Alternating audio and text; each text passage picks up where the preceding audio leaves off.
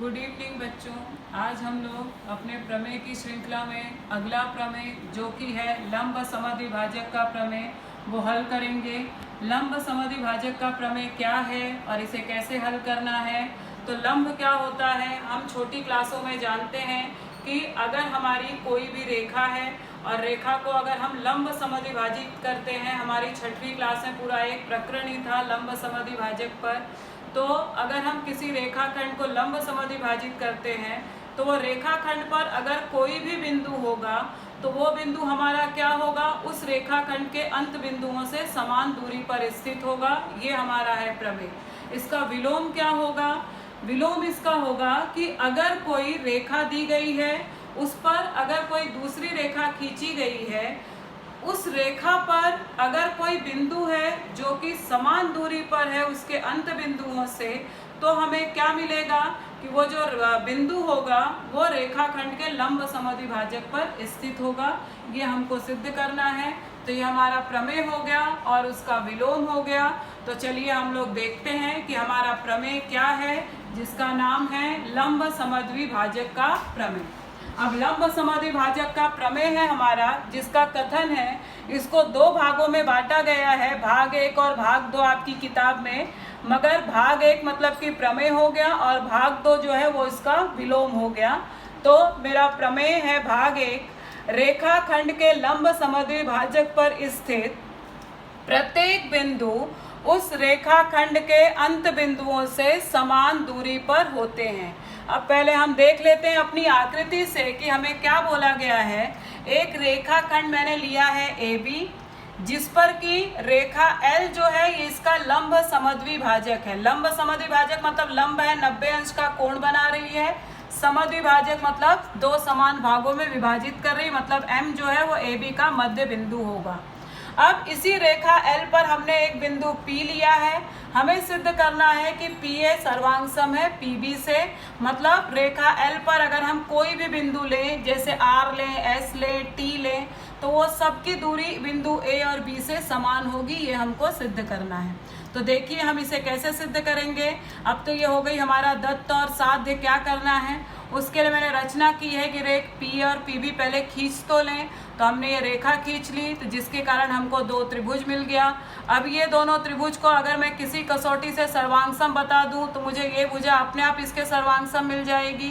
तो मैंने ये दोनों त्रिभुज लिया, जिसमें PM सर्वांगसम PM सामान्य भुजा, AM सर्वांगसम BM हमको दत्त में दिया है, कोण PMA सर्वांगसम PMB दोनों समकोण हैं। इसलिए भू को भू कसौटी से दोनों त्रिभुज सर्वांगसम हो जाएंगे। इसलिए PA सर्वांगसम हो जाएगा PB से, सर्वांगसम त्रिभुज की संगत भुजा। यहीं पे हमारा ये प्रमेय सिद्ध होता है। तो चलिए हम लोग देख लेते हैं इसे कैसे हल किया है। तो मैंने दत्त लिया है, रेखा L रेख AB का लंब समद्विभाजक है, जो AB को बिंदु M पर प्रतिच्छेदित करती है। बिंदु P जो है वो रेखा L पर स्थित कोई बिंदु है। हमको सिद्ध क्या करना है, लेंथ ऑफ PA बराबर लेंथ ऑफ PB। मैंने आपको बताया हम रचना क्या करेंगे, पहले रेखा खींचेंगे। तो रेख PA और PB खींचा। अब हम उत्पत्ति कैसे शुरू करेंगे, दोनों त्रिभुज ले लेंगे। त्रिभुज PMA तथा त्रिभुज PMB में रेख PM सर्वांगसम रेख PM सामान्य भुजा, कोण PMA सर्वांगसम कोण PMB समकोण, रेख AM सर्वांगसम रेख BM बिंदु M AB का मध्य बिंदु है। अभी मैंने आपको आकृति से सारा दिखाया। इसलिए त्रिभुज PMA सर्वांगसम PMB भू को भू कसौटी से। इसलिए रेख मेरा PA सर्वांगसम होगी रेख PB से, सर्वांगसम त्रिभुज की संगत भुजा। इसलिए लेंथ ऑफ PA सर्वांगसम लेंथ ऑफ PB जो मुझे चाहिए था वो मिल गया। अब हम इसका विलोम देखेंगे, जो कि आपकी किताब में भाग 2 दिया है। आपकी समझ के लिए मैंने इधर विलोम लिख दिया है। तो इसका विलोम है, रेखाखंड के अंत बिंदु से समदूरस्थ कोई भी बिंदु उस रेखाखंड के लंब समद्विभाजक पर होता है। मतलब यहाँ पर जो आपका दत्त था पहले वो इधर सिद्ध हो जाएगा, जो वहाँ साध्य था ये हमारा दत्त हो जाएगा। तो देख लो जरा, दत्त हमने क्या लिया है, बिंदु P रेखाखंड AB के अंत बिंदु अर्थात बिंदु A और B से समान दूरी पर है, इसलिए मेरा क्या होगा, PA बराबर PB। अभी मैंने ऊपर इसको सिद्ध किया है, ये मेरा हो गया दत्त, मतलब हमको दिया है। हमें क्या सिद्ध करना है, बिंदु P रेख AB के लंब समद्विभाजक पर स्थित है। इसका मतलब हमको क्या सिद्ध करना है कि आकृति से हम देख लेते हैं कि हम कैसे इसको सिद्ध करेंगे।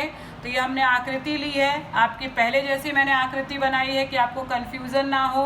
तो हमारा एक रेखाखंड AB लिया है, उसका रेखा मैंने एक L लिया है। देखो मैं यहाँ पे लंब नहीं बोल रही हूँ कि लंब लिया है, खाली रेखा L लिया है जो कि AB को बिंदु M पर प्रतिच्छेदित करती है, और बोला है कि बिंदु जो M है वो AB का मध्य बिंदु है, इसलिए मेरा AM सर्वांग सम हो जाएगा BM से। हमारी दत्त दिया गया है कि PA सर्वांग सम है PB से, तो मेरा ये हमको मिल गया। अब हम ये दोनों त्रिभुज ले लेंगे। इन दोनों त्रिभुज में हम क्या करेंगे कि ये दोनों त्रिभुज में हमारी ये भुजा इसके साथ सर्वांग सम है, हमको दत्त में दिया है। अब हम लोग M को मध्य बिंदु लेंगे, रचना ऐसी करेंगे, इसलिए AM सर्वांग सम हो जाएगा BM से। हमने रचना से हमको मिला PM सर्वांग सम PM सामान्य भुजा, इसलिए ये दोनों त्रिभुज मेरे सर्वांग सम हो जाएंगे भू भू भू कसौटी से। इसलिए मेरा कोण PMA सर्वांग सम PMB से हो जाएगा, सर्वांग सम त्रिभुज के संगत कोण।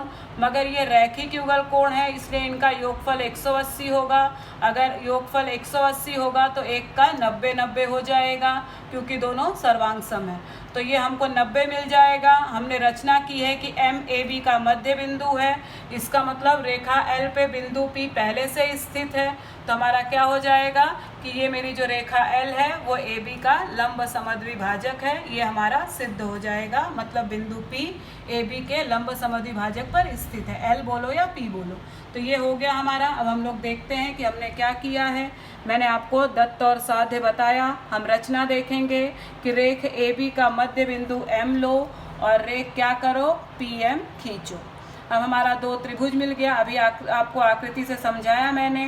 त्रिभुज PAM तथा त्रिभुज PBM में रेख PA सर्वांग सम PB दत्त में दिया है, AM सर्वांग सम BM MAB का मध्य बिंदु है, फिर PM सर्वांग सम PM सामान्य भुजा है, इसलिए मेरा दोनों त्रिभुज सर्वांग सम हो गया भू भू भू कसौटी से।